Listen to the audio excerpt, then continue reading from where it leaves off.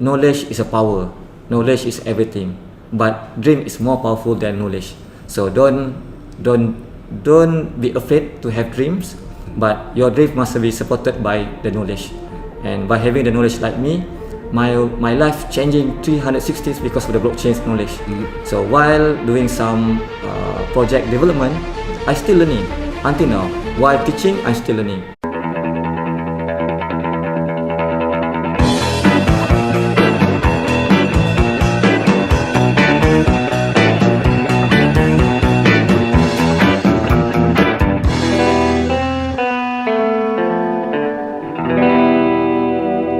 Hey, this is Patrick, and today we have really another amazing guest here. It's the blockchain expert, founder of Asian Youthpreneur Community, founder of the Blockchain Academy Asia, co-founder of Crypto Valley Malaysia, author of several books, many more things. I'm very honored and thankful for your time and coming here, and welcome Effendy Zulkifly.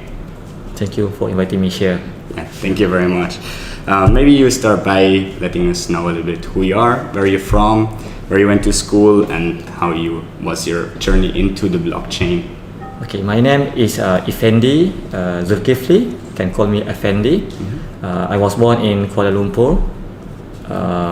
My birthday 20 September 1982. Now I am 37 years old. My journey started from the boarding school of Malay College Kuala Kangsar. This is a boarding school for person who's succeed in academic, and in this school the best in terms of academic and leadership can enter the school. It's like the Eton of the East boarding school. And then after Malay College Kuala Kangsar, I continue my first degree in legal studies. After graduated on 2010, I started my journey in a legal firm, and I have my own legal firm. But on 2012, our legal firm advised one big data company, and that is my journey in the digital world. So while advise this company on the big data, I need to learn a lot of tech, what you call tech things. I must understand how the technology move in terms of big data. Then after 2 years with advising this company, I decided after I learned a little bit coding, Python, big data, on the basic things, I decided to involve fully in the tech company. So I decided to have my own tech chamber, ASEAN Youthpreneur Community. We gathered 10 countries in Asia doing some promoting on technology. And 2014 also we involved to develop our payment gateway for e-commerce between these 10 countries, doing some trading by putting the e-commerce and doing very well. And after then started on 2016, I met Vitalik Buterin, the founder of Ethereum in Malaysia. This event is a closed event organized by government of Malaysia under MDEC. Then I decided to fully involve in blockchain after I met him. I understand, yeah, that makes sense. Yeah. Okay. And then you founded the Blockchain Academy? So because in the event I asked Vitalik Buterin, because that time 2016 Malaysia is still not so much it's not it's very rare people talk about blockchain in Malaysia that time 2016. So I asked Vitalik Buterin in the event in Malaysia in KL, so what we can do in Malaysia to promoting Ethereum blockchain. He said awareness, education, please meet a lot of universities and promoting Ethereum, promoting cryptocurrencies. Then I decided to form this kind of our Blockchain Academy Asia to promoting education to universities. Okay. From that moment, so we have because I also have I gathered all these experts in blockchain. Some of them or do coding, programming. Some of them involve some project in overseas. So we combine together the resources. So we develop some modules and we start to do some short course certificate. Until now, we have around I think 5 to 6 universities in Malaysia and Indonesia to talk about blockchain, do some certification to the universities. It's more on the R&D, more on the corporate transformation, and helping the startups in blockchains to enhance their technology. And of course, then I also entered one competition event on tech organized by University Technology of Malaysia, UTM Malaysia. So they have this SiSi, Swiss Innovation Challenge. It's an event, it's like pitching event for the tech projects, and we are the only one company that promoting blockchain, and we won international track. Competed with another 200 tech projects. I remember this. I was once at the kickoff event of this because it was organized. The Swiss ambassador was there, Swiss Malaysian Business Association, and I was there also. So it was quite nice. Okay, great. That's great. Congratulations on from that journey. I won the first. I won the innovation track for the international track. In the SiC Asia, I was the champion, and UITM I represented Malaysia to pitch for the world level in Switzerland, and I met the guy from Crypto Valley Swiss, and from that I got some what you call inspirations, because Crypto Valley Swiss in Zug, they have a lot of people in blockchain. Even the mayor also accepted blockchain, Bitcoin, the payment, the restaurant, all the hotels, you know. So they have the very big ecosystems. But they just launched on 2016. So then I came back from Swiss to Malaysia. Then we formed another what you call. It's a chapter, right? So it's an international organization, and then you formed the Malaysian chapter for Crypto Valley. Actually, different entity actually. But because we registered under non-government organization, it's under ROS, Register of Society. Because that time 2017, Malaysia not yet recognize this kind of cryptocurrencies, blockchain. So they do not know so much. So we focus on the Crypto Valley Malaysia, focus more on the blockchain for industry solution. Crypto Valley more on the tech chamber, but cryptographic is a part of the main integral technology. It's not so much on cryptocurrency, but more on the cryptographic technology. Okay, understand. So now, Crypto Valley Malaysia getting very huge, getting big, because we work a lot. We work with many government agencies, universities, to promoting blockchain technology as an enabler to another high tech technology like big data, IoT, and AI. Understand. And the rest is history. Well, the history is. I can say that I am the platform guy. I am the community guy. So I have 3 platforms: education platform. I have Blockchain Academy Asia. I have community platform. It's a Crypto Valley Malaysia. It's non-profit. And of course, I have my own IT company. That's Blockwork. Blockwork is company. I just wanted to move into that, but it's nice. It's a very good handover of the topic. So let's talk a little bit more about these 3 companies or ventures or organizations. Let's start with Blockwork first. That's your company, you said. So let's talk about this and let us know a little bit what you're doing there, what the company is doing. For my business platform, Blockwork focus on 3 things. First, we focus on IT business solutions. It's like more on the blockchain as a service. So we give some consultancy on how blockchain can help industries to transform from the conventional way into the blockchain solution. And second, because the problem with the startup now is more on the crowdsource. So we have this solution of STO, security token offering. We not do any ICO. We focus on the STO because STO more with a legal involvement. Security token offering, and also we do a lot. And our ultimate goals for blockchain is we want to have one project one day in a smart city development. So Blockwork, because when it comes to blockchain, still not matured yet, still in progress on development. So we believe that smart city is the ultimate goal, and every tech will involve in smart city. For example, IoT for the devices connected, blockchains in terms of in terms of payment gateway, we need IoT, right? Smart city need blockchain, need blockchain to enhance this kind of payment gateway. AI also, robotics, this kind of mobility. So we are going to that area. 3, STO for the crowdsource to help the startup.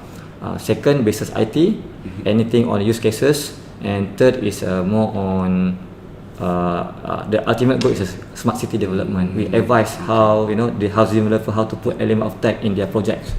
Okay, understand. And then let's come to the education platform. That's already you explained a little bit, right? That's mostly helping the universities to like develop their syllabus, or how do you help to? Honestly, only for the Startups.zone, I announced my Blockwork. Before this, Blockwork is just my back end. People know me because of the education and the community. Because before this, it's quite hard to talk about business because when you meet people will think that you want to sell something rather than you go for education line, and people will open the gate easily. Before this, my movement, I focus more on the blockchain academy Asia. It's like this in Malaysia. In order to give people to accept any new tech like blockchain, we need to have 3 A's. Anything on the new tech, we need to have acceptance. First A is acceptance. Then we go for the, awareness. Then we go for the acceptance. Then third, we can go for the adoption. So because this for awareness, we promoting blockchain academy Asia very well, not just in Malaysia but in Asian countries.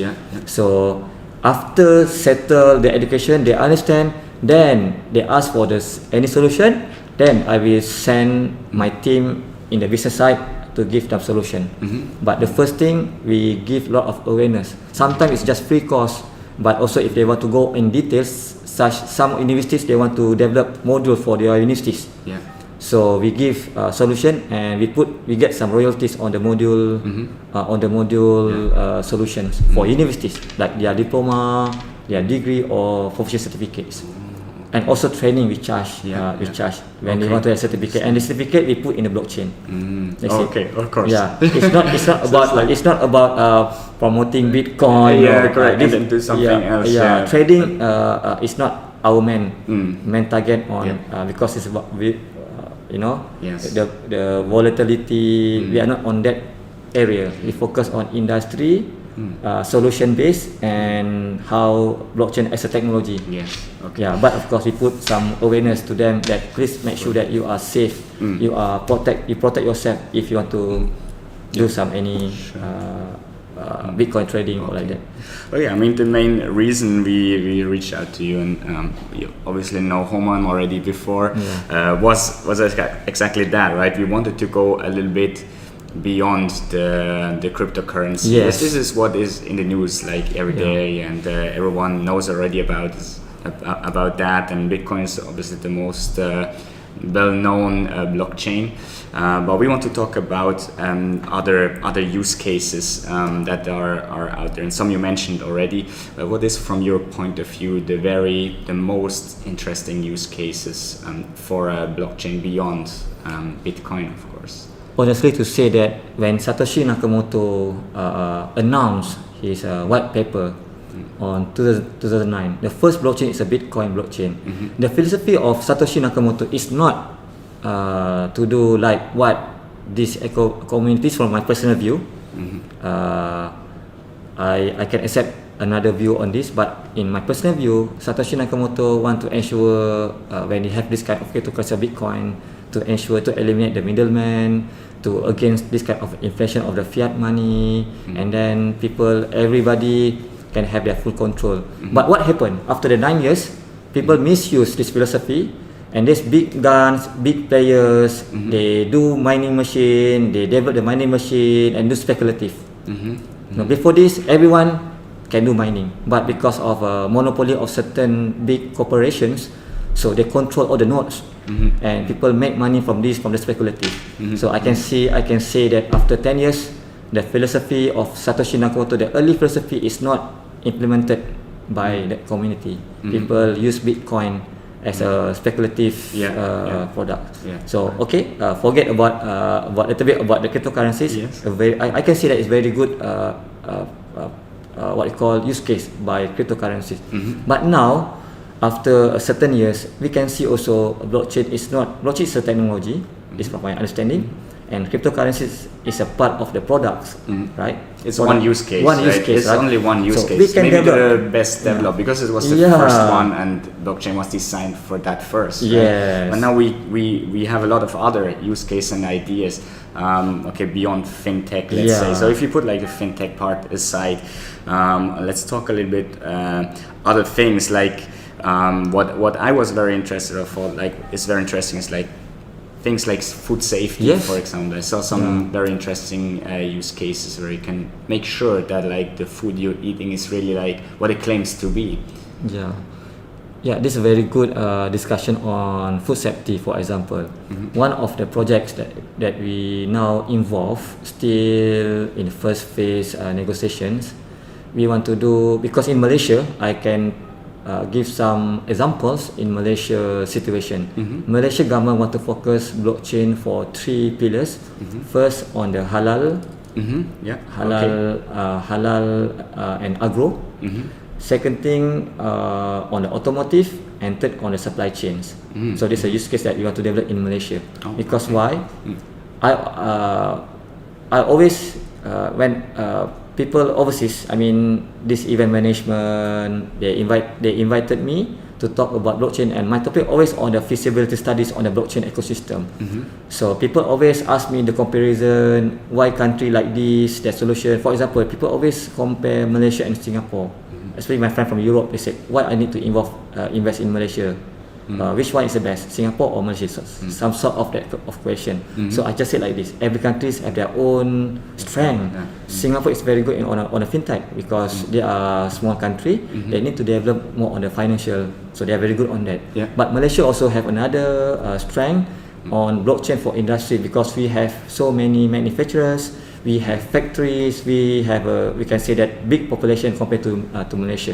So in terms of the food security, like this, for example, for the palm oil. So this company said that we need to use blockchains because blockchain is about on the traceability, the data, the block, right, traceability, and also the trust transaction. And third, more on this kind of cannot be reversed, immutability. And it's everything on the transparent and trustworthy. The best thing about traceability, for example, for Muslim, especially majority Malaysian are Muslims, so they want to know their food is a halal food, not involve pork, slaughtered with a Islamic way, for example, right? So what we can do, we can put some sort like of QR code on the ingredients, code on the ingredients, and also we can ensure the supplier and the manufacturer can fit this kind of regulation from Islamic way. For food safety also, of course we can ensure this kind of the ingredients. It goes the same direction, right? Basically, it's the same kind of use case, right? Halal food or like food safety. In the end, you want to make sure that the food is where you want to be sure where the food comes from, how it was treated, right? That's a very this huge market is for example, one of my Japanese said like that Japanese and some countries in Europe they love to eat fish. So they use something like the fish skin and put in the blockchain also in order to ensure the fish is a premium one. So this fish is very expensive. So by putting in the blockchain, they cannot so you cannot sell a cheap fish as an expensive one and just claim it's that thing that we can do on the traceability in the blockchains. Coming back to traceability, and then you mentioned before already the palm oil. Let's call it the palm oil challenge, right? Because it's a huge business and market here in Malaysia. And currently some challenges with the EU, also with Switzerland, that people think they should not use anymore the palm oil from Malaysia because it's not sustainable and you kill the rainforest and all the animals die there. Do you believe this is a good use case for blockchain, and how to do that really in the end, that people can trust that the palm oil from Malaysia comes from a place that is very sustainable? Maybe the plantation is there for 100 years already and it's like a family business or something like this. For me, when it comes to blockchains, on the reviews in terms of products, the news, we now developing, we call as a reputation economy 2.0. It's like this: when Uber, Grab, promoting their services. Actually, they are promoting reputation sharing economy. Everyone putting some review on the service, right? This Grab driver is very good Grab driver. So the rider will ensure 5-star, 4-star, or 3-star in terms of service. Same goes to the higher scales of services or products like palm oil. Now from the European side, I don't know what happened actually in the real thing in the geopolitics, but I can say that it's like a trade war between a soybeans oil, this kind of palm oil, right? So what we can do, we can put in terms of data analytics or data transaction by using blockchain, because blockchain you cannot remove, you cannot put a fake account because the IP will be timestamped and encrypted, you know. You cannot put a fake account 2, 3 or 3 times. It's a very transparent in terms of the reviews.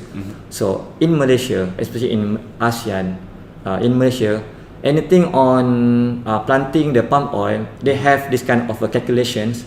One place deforest, then they will put another. They already counted every area on the forest. They planted the palm oil, and also they will cover with another trees, the green trees. So they have that kind of data. But why the data is not promoting very well overseas? Secondly, in terms of deforestation, government also have their own reason to do that. And in terms of deforestation, it's not actually, it's not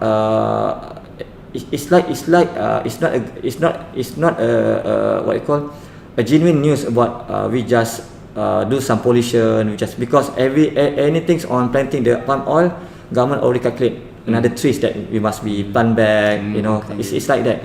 And then also the area also is already gazetted for palm oil, and we also put some reserve for the trees.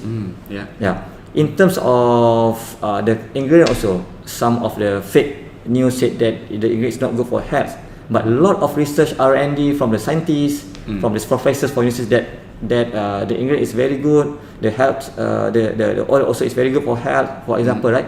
But not promoting very well. So blockchain people like us, we can put some traceability in terms of ingredients to ensure that this is not it's a genuine listing. So some projects already ongoing to do that. What is the status? Still in progress, but we just focus on blockchain traceability in terms of a supply chain. So we want to ensure this product is a very genuine product. That is like that.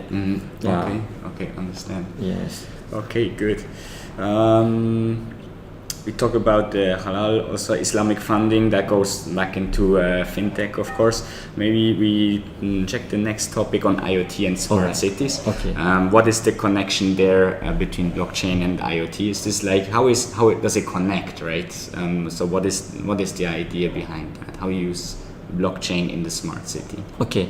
For blockchain ecosystem, you must understand in the smart city development, real estate and house or anything on building development, there are 2 type of areas. We call it as a greenfield or brownfield.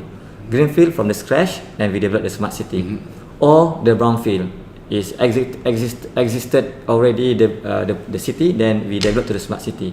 So blockchain can have both sides.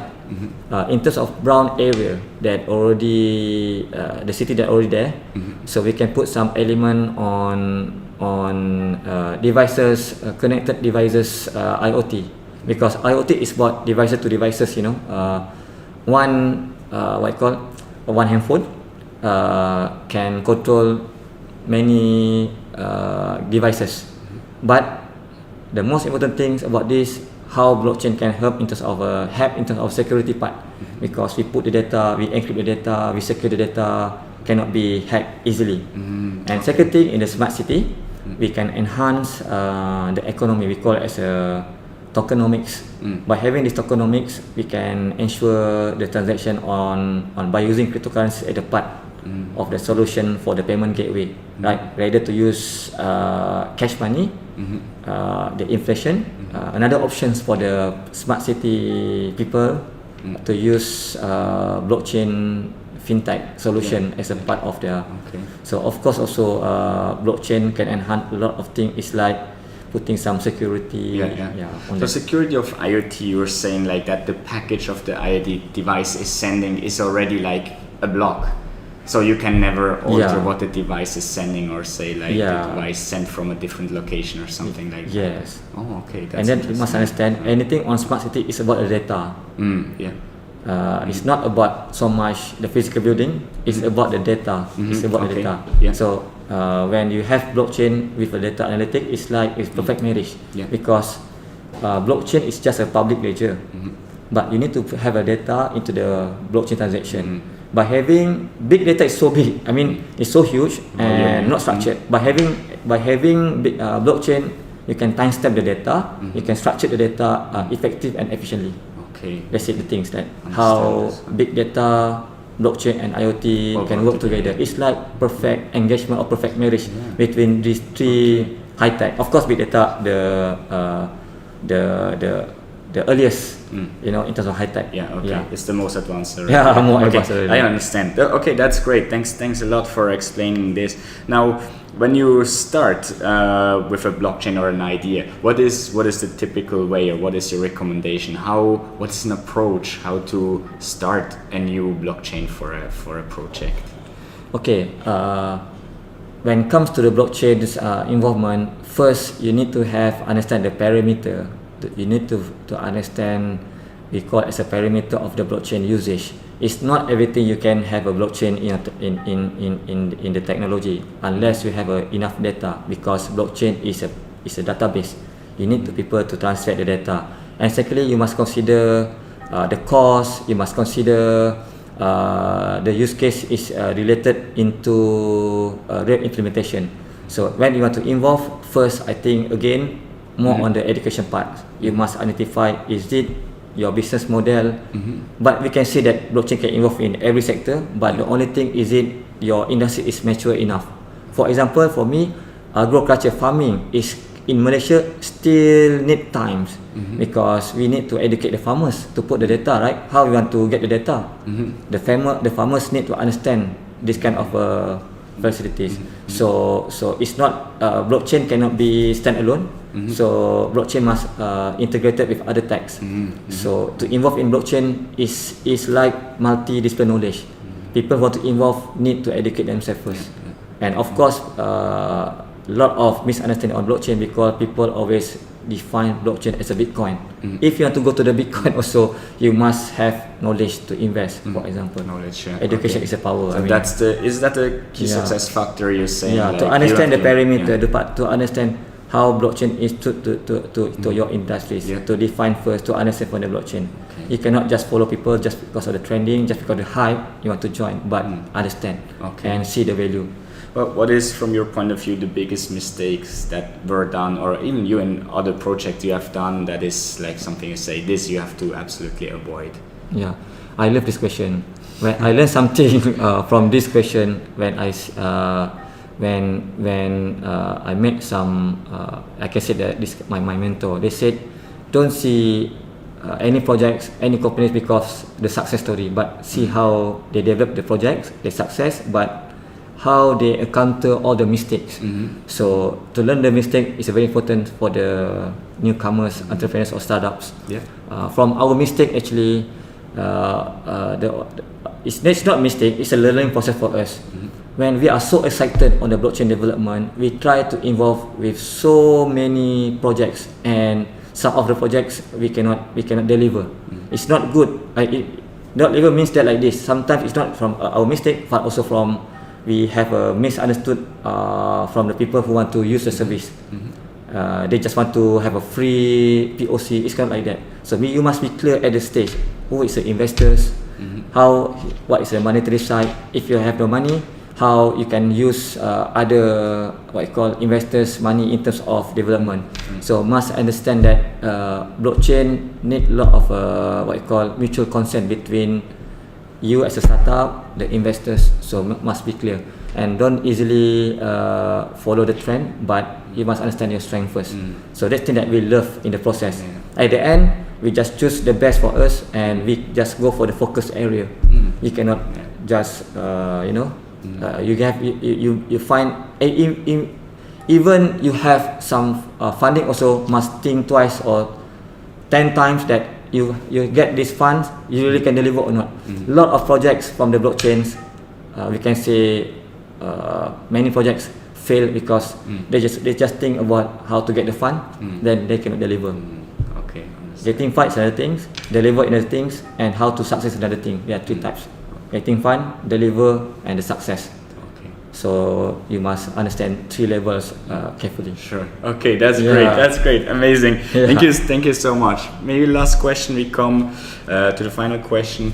What you would like to say to the young entrepreneurs? Like you founded already a community earlier years, but what is like the final thing you like to say to young entrepreneurs, startups in connection with blockchain? For me, I would like to say that knowledge is a power. Knowledge is everything, but dream is more powerful than knowledge.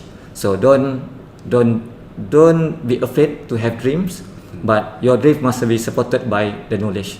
And by having the knowledge like me, my life changing 360 because of the blockchain knowledge. So while doing some project development, I still learning until now. While teaching, I'm still learning. For example, last year, although I already involved in this kind of high-profile involvement project in blockchain, I still go learn blockchain in Frankfurt School of Finance and Management in German, in Frankfurt. So what I get from my education in the blockchain enhance my knowledge, more structured in terms of development, while I also do some development.